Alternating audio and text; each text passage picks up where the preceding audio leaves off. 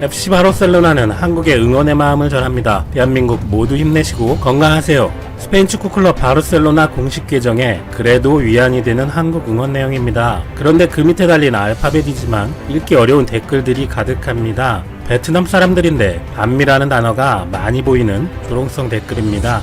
반미는 베트남식 바게트를 반으로 가리고 채소 등의 속재료를 넣어 만든 베트남식 샌드위치를 총칭한다고 하는데요. 바르샤는 반미를 사서 한국을 지원해야 한다는 둥, 페이스북에는 심지어 태극기를 훼손하고 이해하는 베트남인의 게시물도 있습니다. 한국과 급속도로 교역이 확대되고 삼성과 한국 기업들의 매출이 GDP의 30% 이상을 차지하게 된 나라 베트남. 근래에는 박항서 감독과 베트남 축구대표팀의 선전으로 한국인들은 축구 경기에서 베트남을 응원하기도 했는데요. 이렇게까지 베트남 사람들이 한국을 비난하고 조롱할 일이 무엇일까요? 시간순으로 보면 베트남은 지난달 27일에 대구 경북 지역에 거주하거나 최근 14일 이내에 방문한 외국인에 대한 입국을 금지했습니다. 그러나 입국 금지 대상을 정하면서 뜬금없이 주민등록번호를 기준으로 삼았습니다. 주민번호의 뒷자리 가운데 성별 다음으로 부여되는 두세 번째 숫자로 출생지가 대구 경북 지역을 표시하는 67부터 81일 경우 무조건 입국을 막은 것입니다. 해당 지역에서 주민번호를 받았지만 거주지는 다른 경우가 많은데 이를 기준으로 해버리고 대구가 아닌 현 주소지를 표기한 영문 주민등록 등본을 제시해도 소용이 없었습니다.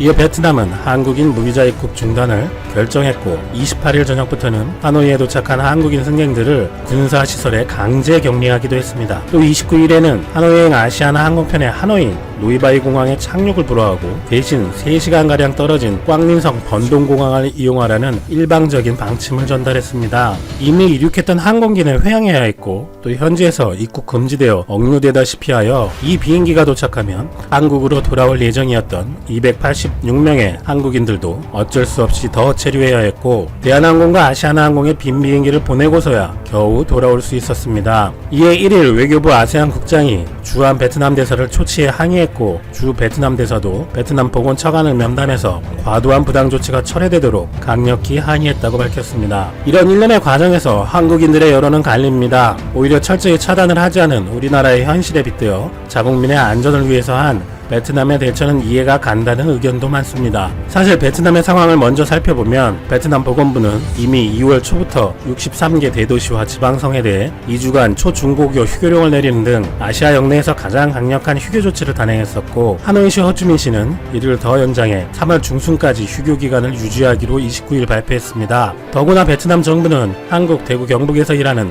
4천여 명의 자국민 본국 귀환 요청까지 거부한 것으로 확인됐습니다. 자국민을 송환시켜야 한다는 베트남 현지 가족들의 요청을 받아들이지 않은 것입니다. 여기에 베트남은 한국 정부에 베트남 국민들의 안전에 최선을 다해달라고 요청을 한 것으로 알려졌습니다. 아주 상전이네요. 살다 아무리 그래도 자국민까지 버리는 나라는 처음 봅니다만 그만큼 한번 퍼지면 자신들의 실력으로 치료를 하고 안정을 유지할 능력이 없기 때문인 것으로 보이기도 합니다. 베트남 정부가 이런 결정을 내릴 수 있었던 배경은 강력한 사회주의 국가 시스템을 예로 들 수 있습니다. 베트남보다 현재 훨씬 어려운 상황에 있는 한국인들은 냉정하게 보면 베트남의 대처가 잘한 것이고 한국인 입국 관련 베트남의 행동은 외교에 실패한 정부의 문제라고 지적하고 있습니다. 하지만 일련의 한국인 입국 관련 조치들이 모두 사전 통보나 협의 없이 일방적으로 진행됐다는 건 큰 외교적 결례라는 의견이 많습니다. 맞지도 않는 주민등록번호로 현 거주지를 확인한다거나 일방적 무비자 입국 중단, 이유도 알려주지 않고 항공기를 착륙 금지시키거나 외국인인 한국인 입국자 전원을 군 시설에 격리하는 등의 행위는 역시 공산주의 나라는 어쩔 수 없다는 생각이 든다는 것입니다.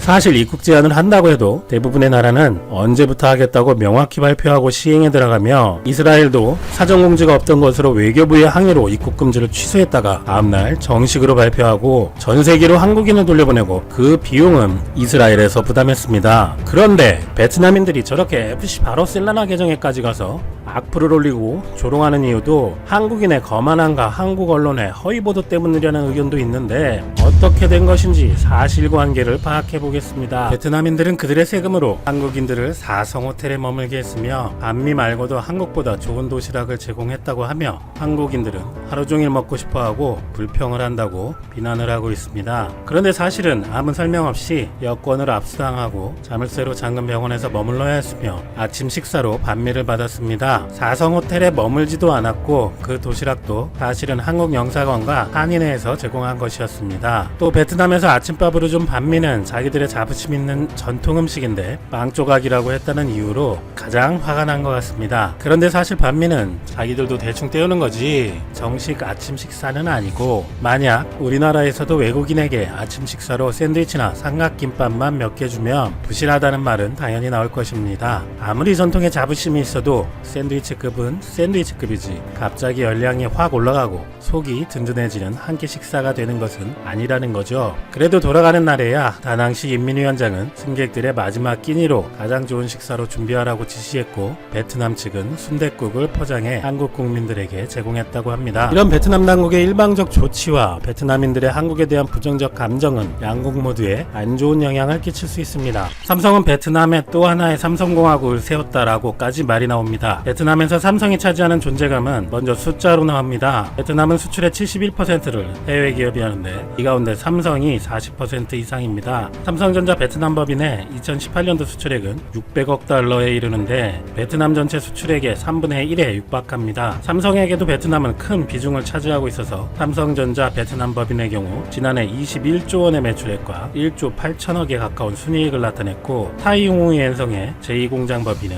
28조 원의 매출액과 2조 원이 넘는 순이익을 내는 핵심입니다. 최근에는 중국의 마지막 생산 공장을 폐쇄키로 최종 결정하며 베트남으로 또 한 번 스마트폰 생산 역할에 힘이 실려서 베트남 정부도 많은 지원을 하고 있으며 삼성의 추가 투자를 적극적으로 유치하고 있습니다. 지난해 베트남 총리와 이재용 부회장은 베트남을 세계 최대 생산 전략 기지로 삼기로 논의하고 있었습니다. 삼성전자 베트남 단지가 가동을 멈추면 베트남은 수출의 25%가량을 잃게 됩니다. 삼성전자를 비롯한 대기업부터 중소기업까지 8, 9천 개의 한국 기업이 있고, 또한 한국은 베트남 최대 누적 투자국입니다. 자유무역협정이 발효한 2015년 이후 교역액이 급증했고, 지난해 한국의 베트남 수출액은 481억 7,800만 달러로 국가 기준으로 중국, 미국에 이어 세 번째로 많습니다. 베트남 관광 산업의 최대 고객도 한국입니다. 2018년 기준 아세안 관광 순위는 태국, 말레이시아, 베트남 순이었는데 대부분 아세안 국가에서 관광 산업은 가장 중요한 외화 수입원인데 베트남은 관광객 증가가 가장 두드러지며 2018년 1,549만 명이 방문해 전년 대비 무려 20%가 증가했습니다. 이 기간 중국 관광객은 23% 늘었지만 한국인 관광객은 44%나 급증하면서 가장 큰 기여를 했습니다. 우리 기업들이 타격을 받을 수 있다는 우려도 나오는데 베트남 생산기지에 본사 인력을 파견할 길이 막혀 제품 개발이나 설비 구축, 라인 안정화 등의 차질이 빚어지지 않을까 하는 것입니다. 삼성전자의 경우 베트남 하노이 인근 방寧과 타이웅엔에서 스마트폰 공장 2곳을 운영하는데 글로벌 생산 물량의 절반에 달하며 베트남 현지 삼성전자 직원은 10만 명 이상입니다. LG전자 역시 지난해 베트남으로 이전한 평택 스마트폰 생산 라인은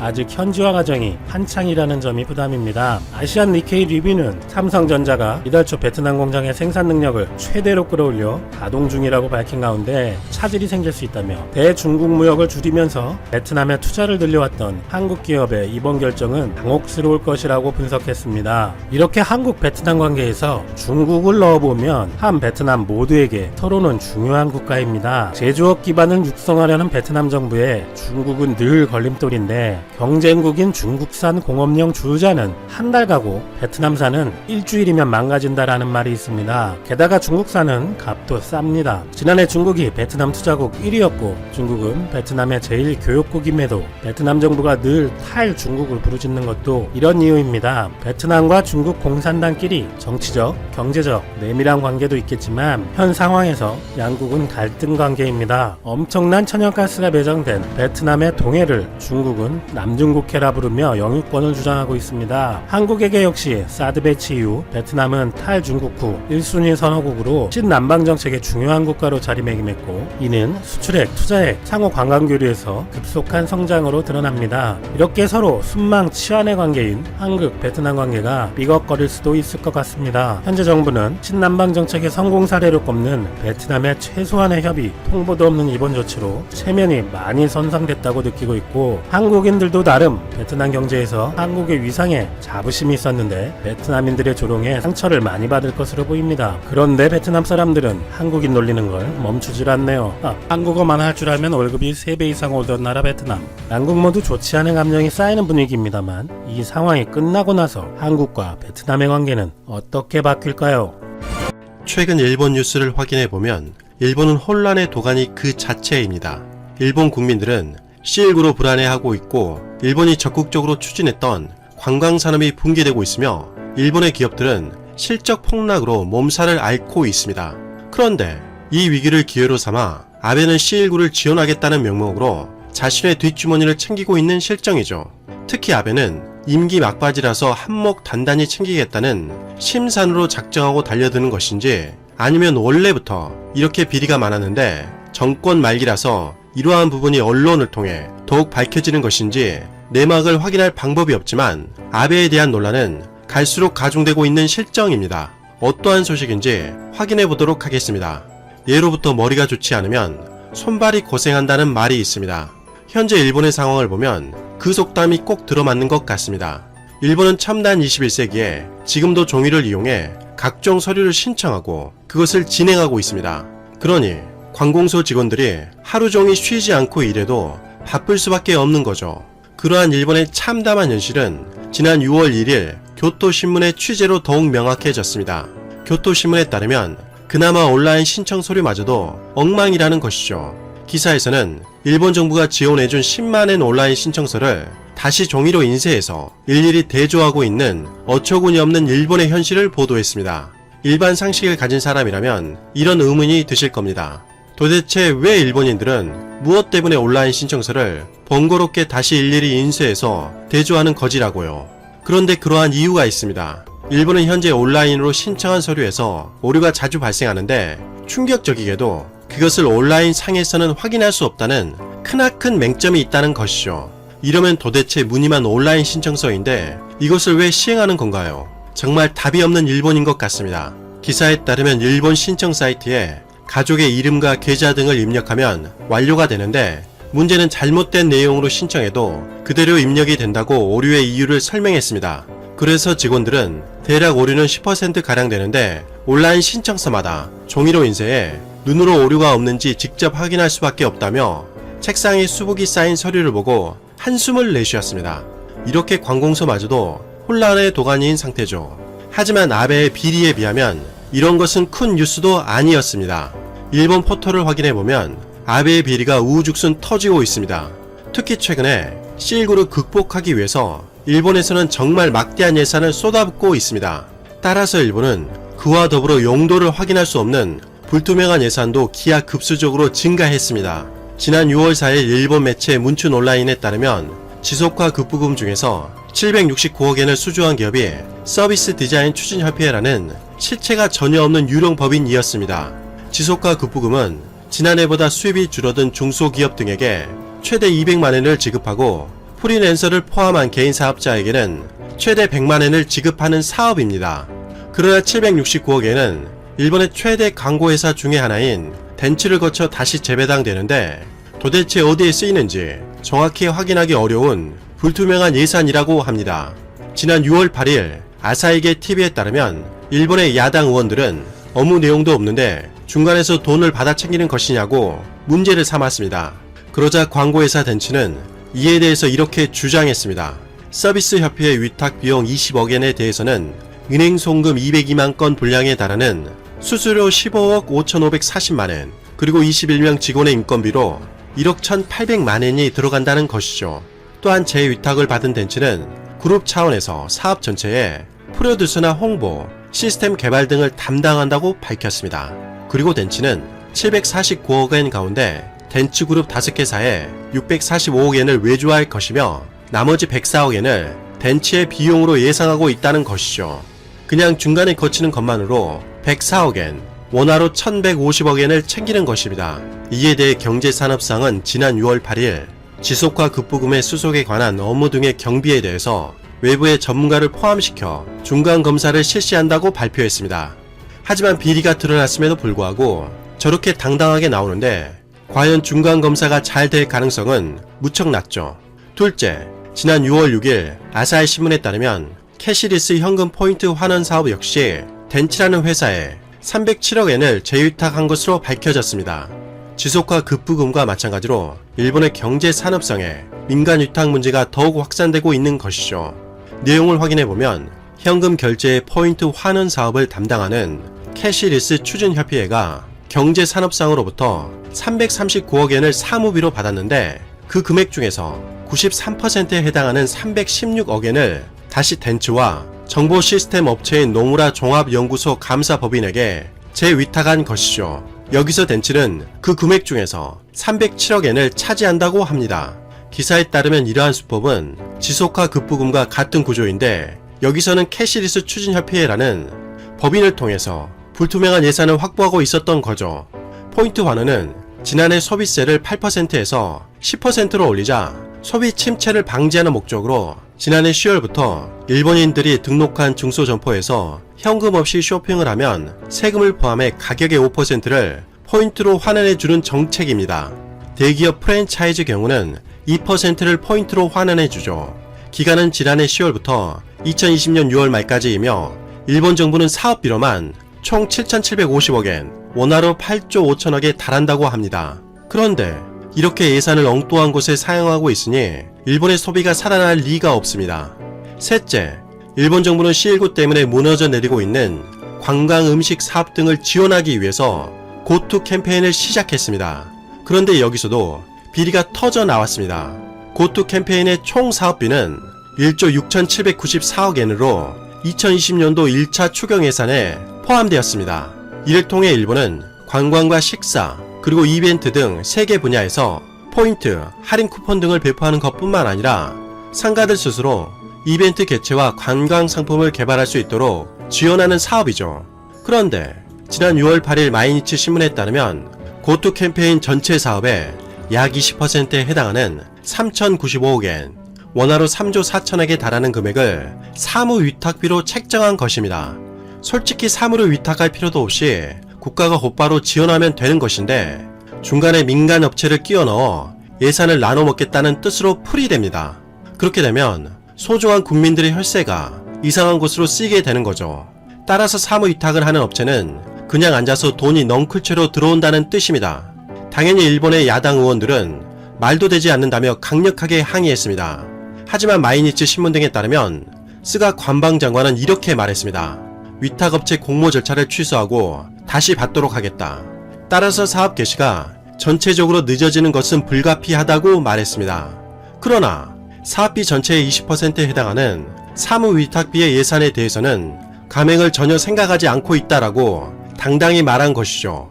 그러면서 예산의 범위 내에서 각 부처의 책임으로 최대한 효율적으로 집행하는 일이 중요하다고 말하면서 과거에도 사무 위탁비의 10%가 들어간 사례가 있다고 설명했습니다. 정말 눈 가리고 아웅하는 수법인데요. 사무 위탁만 하는데 전체 예산의 20%나 소진되는 사업이 어떻게 최대한 효율적으로 집행한다는 것입니까? 사무 위탁만으로 20%가 소진된다는 것 자체가 정말 비효율적이라는 증거이죠. 한마디로 일본 수뇌부들은 하나같이 말장난을 하고 있는 셈이죠. 하지만 이것은 전초전에 불과했습니다. 정말 상상할 수도 없는 금액이 남아 있었는데요. 지난 6월 8일 아사히게 TV에서는 이런 보도를 했습니다. 6월 8일부터 제2차 추경 예산안 심의가 시작되었는데 이번에 C19를 대응하기 위해서 보정 예산으로 최대 31조 9,114억엔, 원화로 350조가 증가했습니다. 이는 휴업수당을 포함한 고용조성금 인상이나 중소사업자들에게 집세 지원 등이 포함되어 있습니다. 하지만 31조엔 중에서 약 3분의 1을 차지하는 예비비 10조엔, 원화로 110조에 달하는 금액이 불투명한 예산이라는 것이죠. 이에 대해 아소다로 부총리는 예비비 중 5조엔 정도를 생활 지원이나 사업의 계속, 의료 제공 체제 등을 강화하는 데 충당할 것이다 라고 말했습니다. 그리고 나머지 5조엔에 대해서 이렇게 설명했습니다. 어떤 사태가 발생하더라도 신속하고 충분히 대응할 수 있도록 만전을 기하기 위해서 5조엔 정도의 예비비를 추가로 확보하기로 했다라고 말이죠. 아베 총리 역시 이번 예비비에 대해서는 예산 총칙에서 미리 국회 의결을 했던 범위 내에서 용도가 한정되어 있어 국회 심의를 통한 예산 통제가 충분히 작동하는 구조로 되어 있다라고 말했습니다. 그러나 일본의 야당 의원들은 믿기 어렵다며 불만의 목소리를 높였습니다. 사실 일본에서는 연속으로 터져나오는 비리들 때문에 10조엔의 예비비는 세간의 우려를 자아내고 있죠. 더군다나 아베는 고투 캠페인을 발언할 때 강도라고 잘못 말하는 해프닝도 발생했습니다.